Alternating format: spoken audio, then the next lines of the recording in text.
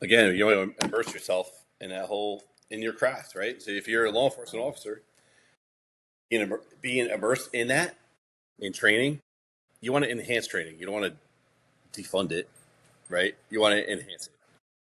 When you enhance it, you're minimizing liability for not only the officer, but for the department itself and for the town that you work for.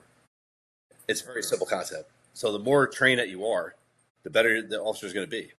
And it starts from wanting to be there.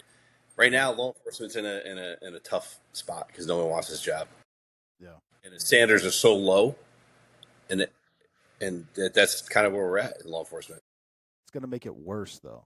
You lower It the is. standards, you're going to get a worse product, and then they're going to be out in the field and they're going to do dumb shit. Of course.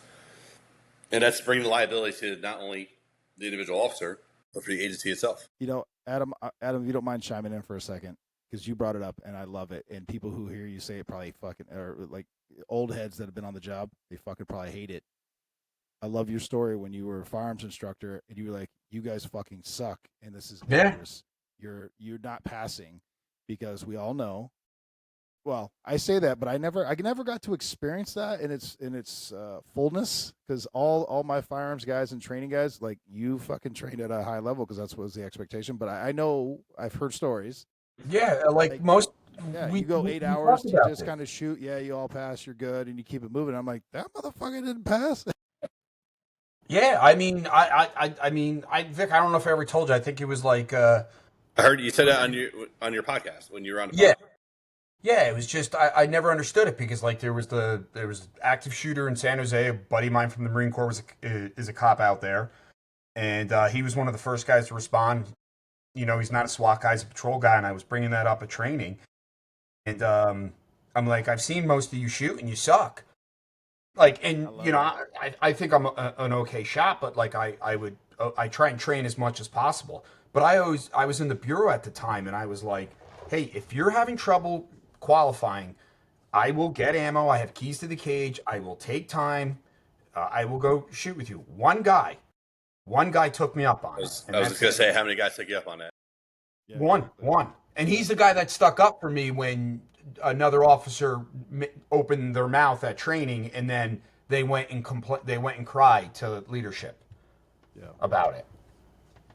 So I have a training matrix that I came up with. I actually innovated this whole thing. Go ahead.